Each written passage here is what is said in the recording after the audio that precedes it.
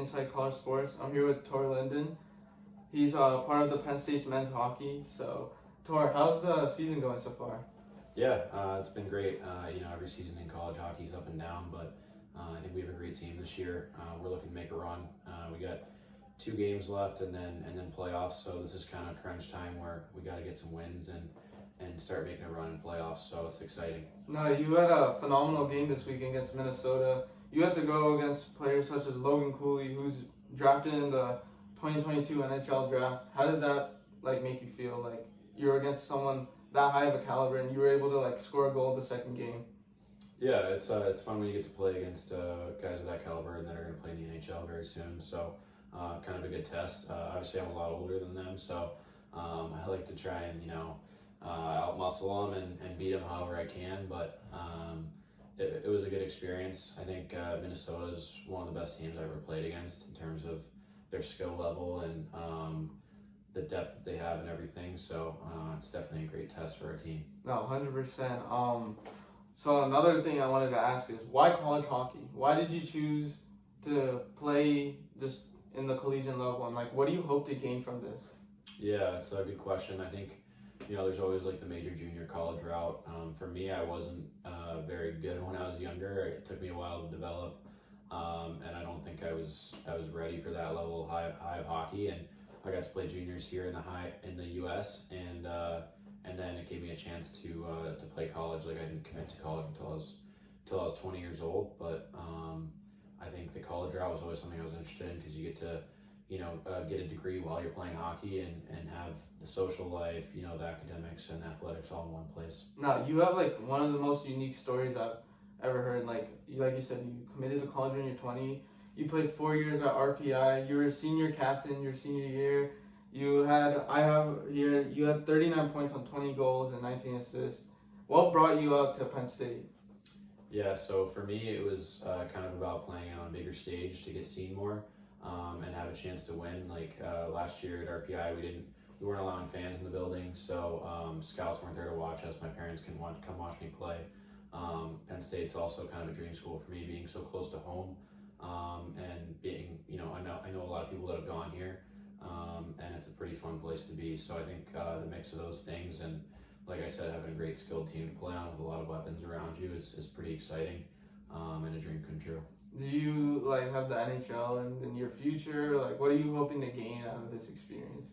Yeah, I want to play at the highest level pro hockey that I can. I'm not sure if the NHL is still an option as an older college player, but it's exciting to think that I can play pro hockey in the spring or next year, and you never know what can happen. Is playing overseas an option for you, or because I know obviously there's the NHL, that's the big league in America, but there's also overseas like Alex Ovechkin played in Russia, other there's different options. So are you the type of dude to go overseas and then come back to the US, kind of in the NBA system where you go to China and come play in the NBA, or are you just hoping to maybe just play pro leagues in the US? What? No, actually, playing in Europe has been a goal of mine since I was a little kid.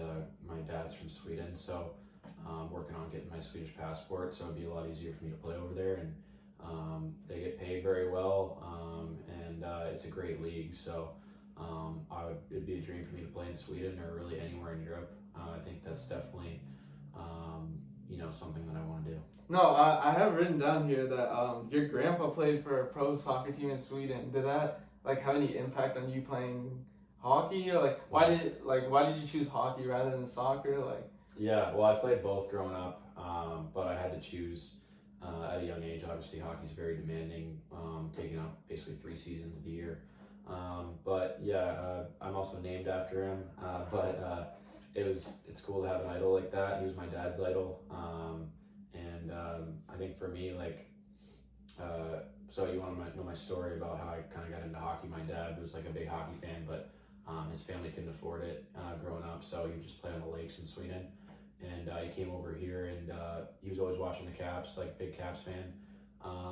And obviously growing up, I always watched the Caps. So I think when I was 3, 4, 5 years old, I was just nagging my parents to let me try it because that's all we'd watch. and yeah, they finally gave in, and I think that was their biggest mistake because the rest is history. So yeah. I mean, I don't see it as a mistake. I mean, like you said, you built your way up to here. Like, whether you like it or not, like, sometimes there's the essential going 4 years and going pros, but what you're building, I think, is truly remarkable. I mean, I'm a big sports guy. I follow soccer, football, basketball, and, like, I've never really heard a story like this, and I honestly hope everything works out, but because it would just be a phenomenal story. And, like, you're speaking about soccer. I remember when I was in middle school, you trained me and my brothers to hopefully make it to the high school team. So I could see where that soccer background comes in. Everything that you like taught us, like we applied when we were older because we realized like, damn, it made a huge difference. So yeah, that's cool. Yeah, I was just messing around. That's a mistake, but it's been a lot of fun. But yeah, coaching you guys, it was a lot of fun. There, we're from the same hometown, so it was cool to kind of give back some of the stuff I've learned. Because there's a lot of crossover, between soccer and hockey, and the training that I've gotten is really top notch from some great coaches. So I was happy to be able to pass that down, and glad you got to use it later in life. thank you. I mean, like speaking about like different sports, like do you have any other passions outside of hockey? Because like you're famous for hockey because you play hockey at Penn State. I want to know like, do you have any other passions that like many people might not know about? Yeah, I've recently got into golf. I had the membership there at the golf course this summer. I wouldn't say I'm very good, but I've been working on it. I really like being outside away from hockey, especially in the summer because we're in an ice rink all day. So anytime I can get outside, I live near Great Falls Park. So my dad and I will go mountain biking or hiking a lot, and then walks, hiking with my mom and stuff around there, and just being outside, playing golf, throwing frisbee, whatever it may be. It's just something I enjoy. I think being outside is great for your mental and physical health. So No, yeah. So you're pretty much like a big nature, like outside friendly guy. Which I mean, I think that's truly remarkable. I mean, kids like our age now, like they're so used to being indoors, playing video games, doing other stuff. So I think that's honestly a good habit to have. I mean, speaking about that, like, do you have any favorite places to travel for vacations and stuff? yeah, well, Sweden is an obvious answer. I've been there 4 or 5 times now to visit my dad's family, and also play hockey over there. I've played in some tournaments and done some camps. Met some pretty cool people doing that. I haven't really been to any other places other than North America and Sweden. But like throughout hockey, I've traveled all around North America. Like I've been to everywhere. In Canada, I've been to Alaska, which was surreal. Saw the Northern Lights and did the hot springs and went dog sledding actually too, which is pretty surreal. I lived in Texas. So I've been around the Cowboys in Fort Worth and great barbecue, and great people down there. I lived in Nebraska, in Lincoln, Nebraska as well, and then in Toronto, which was a pretty cool experience at 19 as well.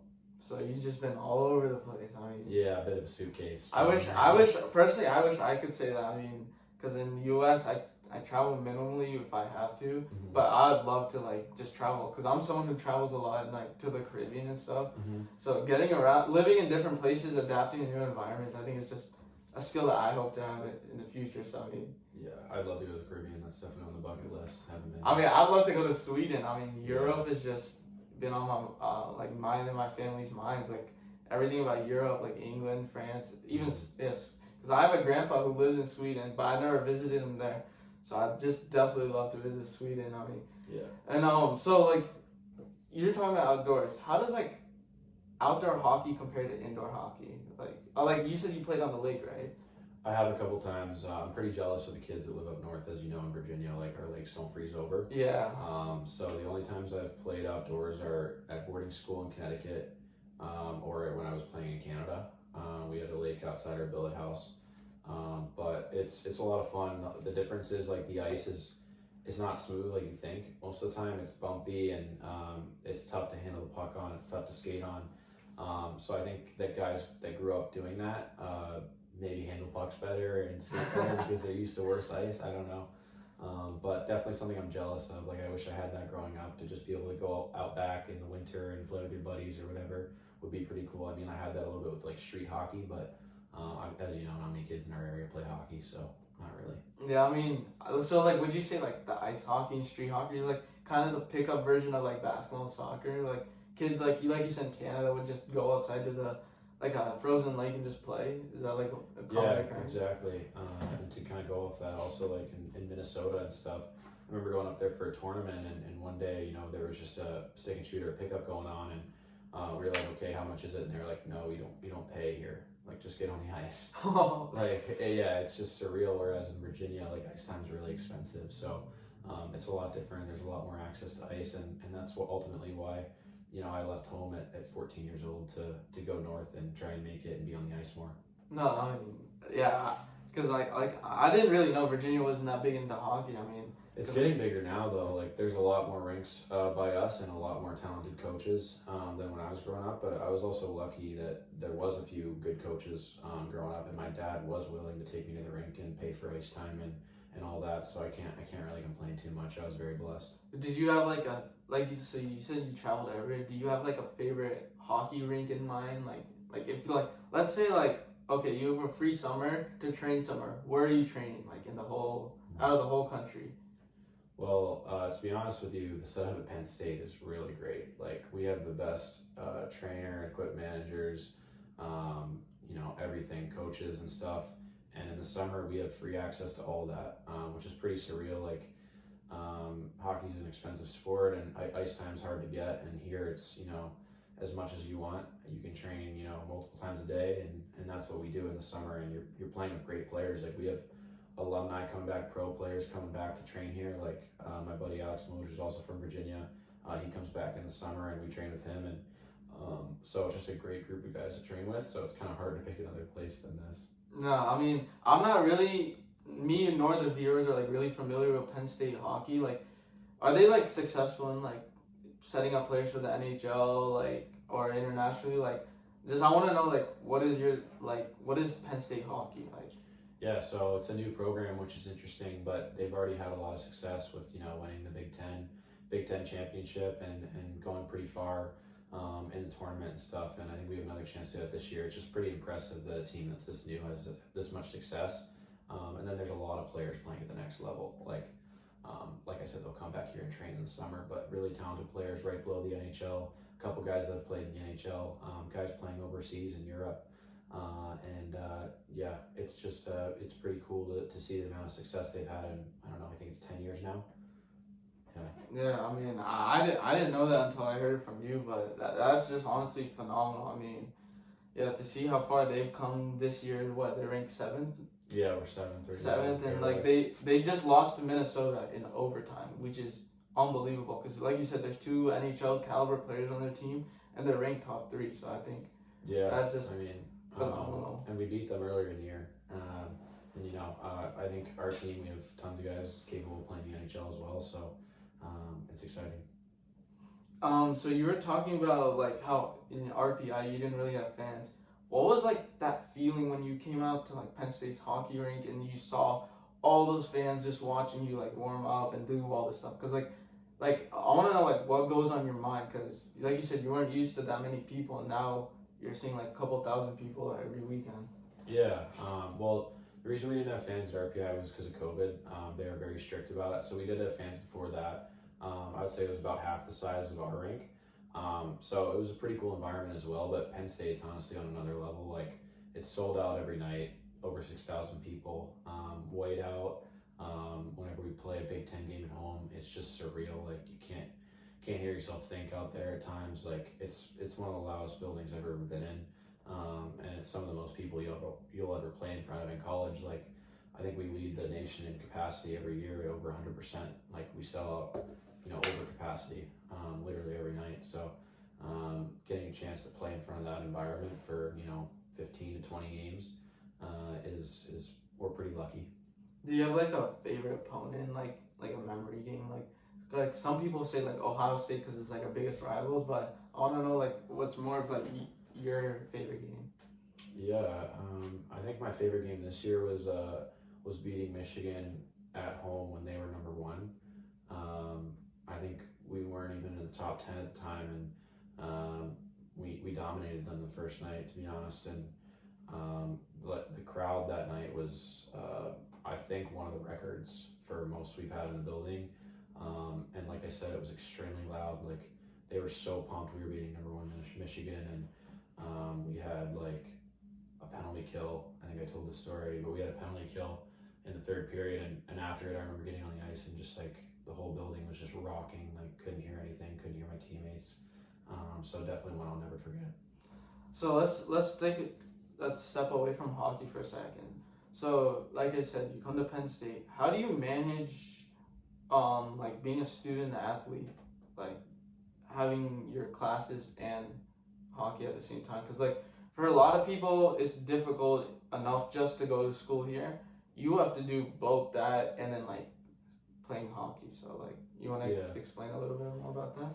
Yeah, I graduated in 2021, and I've been working towards my master's. So my course load is not as rigorous as it was in undergrad right now. But I think kind of what I've learned over the years is to kind of manage it throughout the week and be able to manage your own time. Like as hockey players, we're spending 4 to 5 hours at the rink every day at least. So the hours that you're not at the rink, you have to make sure you're dialed in on your studies and you're using your time for the right things. So I think that's something I learned from older guys, kind of being a younger player in college back in the day. But now it's kind of I got a routine down and I'm ready for each week. No, yeah, I think having a routine is definitely essential, especially for being a student athlete. Like, so, how would you describe your relationship with your team? Like, would you say you're as tight as like RPI, or like how would you describe it?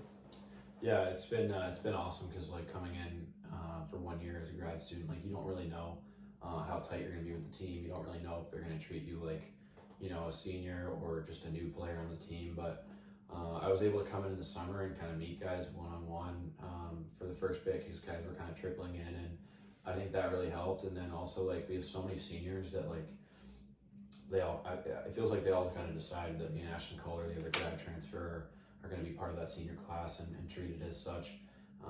Even though we haven't been here the whole time with them, like we haven't gone through what they have. So I don't know if we should be, but just kind of having that open environment and treating us like leaders on the team has been pretty cool for me, and something I won't forget with those guys. Like I think I made friendships for life on this team in just 1 year.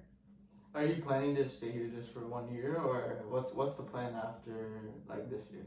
Yeah, I want to train here in the summer and maybe potential summers in the future as well. But yeah, I think for me after this, it's to play pro hockey at the highest level I can, hopefully, and then see what happens after that. So you feel like you just made a second home here, pretty much? Yeah, exactly. I think I have this place always to come back to in the summers, and great training and great people to see. So I'm pretty grateful for that. Would you feel like socially it's like fun here, like compared to like other places? Yeah, I mean, I was just at Thon on Sunday. I think that was probably the coolest event I've ever been to. Honestly, so impressed by Penn State. I mean, the philanthropy aspect of that is just surreal, and then the amount of support that it got, like I can't believe those kids were standing for 46 hours. Absolutely amazing, and the amount of money raised, like I couldn't believe it. Like I was telling everyone, I was so proud to be a part of this community. So and outside of that, like obviously we've had a lot of fun here. There's a lot of things to do. I love the guys on my team. We have a lot of fun together, so it's been a blast. No, Dawn is one of the truly remarkable events here. I mean, I can relate to you that. I mean, I came to Penn State without not having much knowledge about Dawn, but being a part of the event, man, just seeing all the things come together it was phenomenal. And like, how did you as like the hockey team get involved with Dawn? Yeah, so as a new guy, like I wasn't really aware of too much of it, and then the guys were like, well, obviously we played Friday and Saturday, so we can't go Friday and Saturday, but they were like, okay, we're gonna spend as much time there Sunday as we could. So I think we were there for 4 or 5 hours, and we were with one of our friends of the program there, and it was just really remarkable to kind of watch that and see the last 4 hours. There was a really moving hour there, where guys are wrapping their arms around each other and getting emotional, and then I think we donated some money, and then I think in past years guys have done some dances and stuff, up there. But yeah, just a really moving experience. If like the team was like to decide who's gonna be dancers, what are you saying if like they're like, yo, Ture, you gotta be a dancer? Well, we have games, so I don't know if I can be, but yeah, I would do it. I mean, it's for a great cause. I'm sure that really lifts you up and makes you able to get through it. And Like- I think it'd be an experience that I remember for the rest of my life. So why not? Did you see like the each sports team was like performing on stage? Yeah. Could you handle doing that? I'd be pretty nervous. To be honest, a lot different than being on skates. Yeah, I'd be really nervous. I don't know if I could, to be honest. Have you ever done anything like that before? No, I've never done anything else besides play hockey in front of other people. I mean, I could definitely see being nerve wracking in front of like I don't even know how many thousand people, but just being in front of there doing something silly like a dance. Yeah, exactly. It could just definitely be nerve wracking. I want to know. So, as an athlete, what's your like diet? Like, what do you have to like? Do you have like meal prep? Like, what do you do for food wise? So we're pretty lucky here. We'll get dinner every night at the rink. So right after practice, we'll go upstairs. We call it training table, and there'll be like catered meals there, where you know our nutritionist and our training staff come up with those meals, so they're very healthy and kind of catered to us as hockey players. Obviously, as hockey players, we need a lot of calories.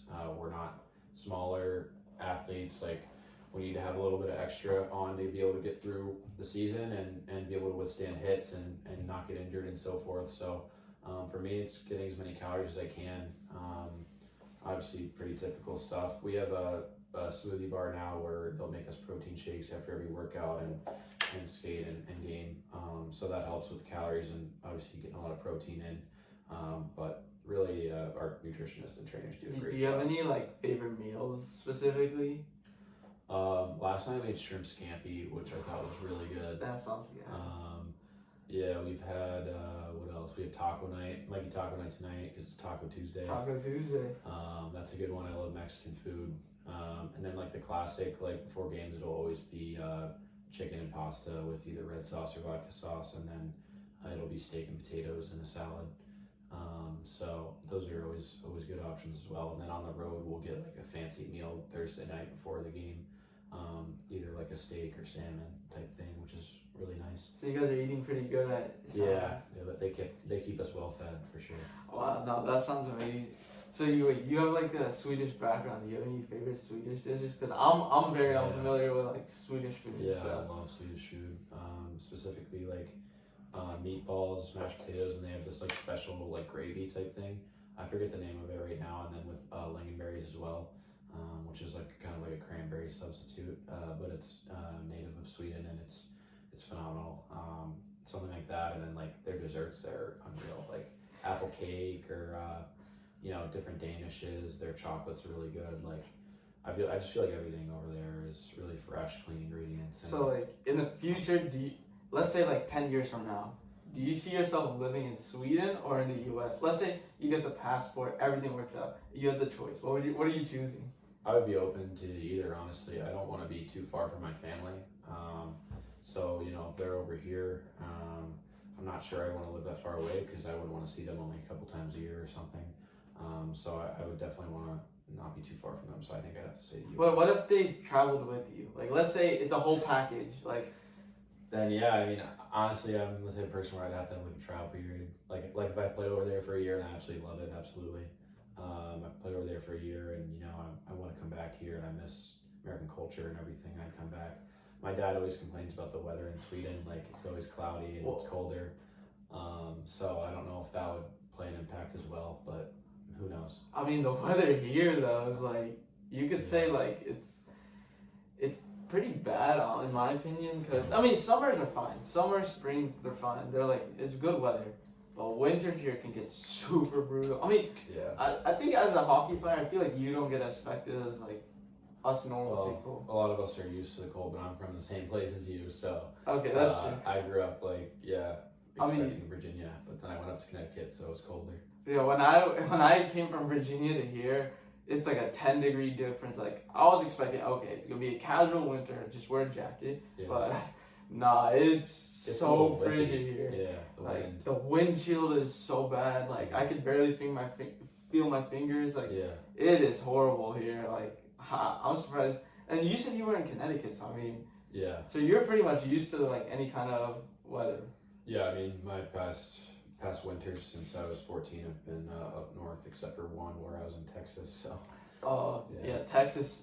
That sounds fun. I mean, Well, it's just crazy coming out of a hockey rink in December and it's 70 degrees at night. It's like, okay, this is weird. no, yeah, I mean, cause I played soccer, so like that I'm used to. I'm someone who likes the hot weather. Cause cold weather, like every time you kick the ball or you run into someone, it just Hurts. feels like you're about to break something. Yeah. So I mean, they're definitely two different things, but That's fair. yeah, I mean. So, if you were to give any advice to anyone who wanted to be like a college athlete, what would you tell them? Or what would you, let's say this, what would you tell your younger self, like coming straight out of high school? What would you tell yourself?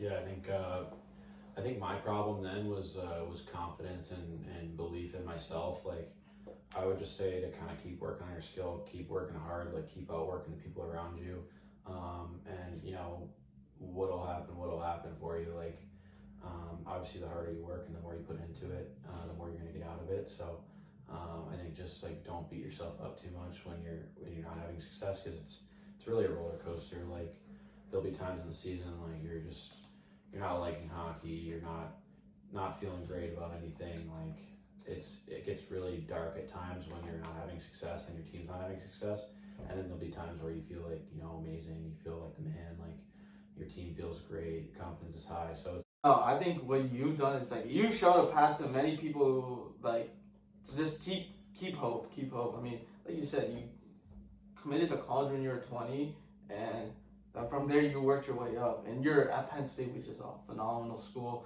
And I think you just like you telling your story to them, just I think it gave them a better view of like, listen, it's not over if you like don't get what you want at the first try.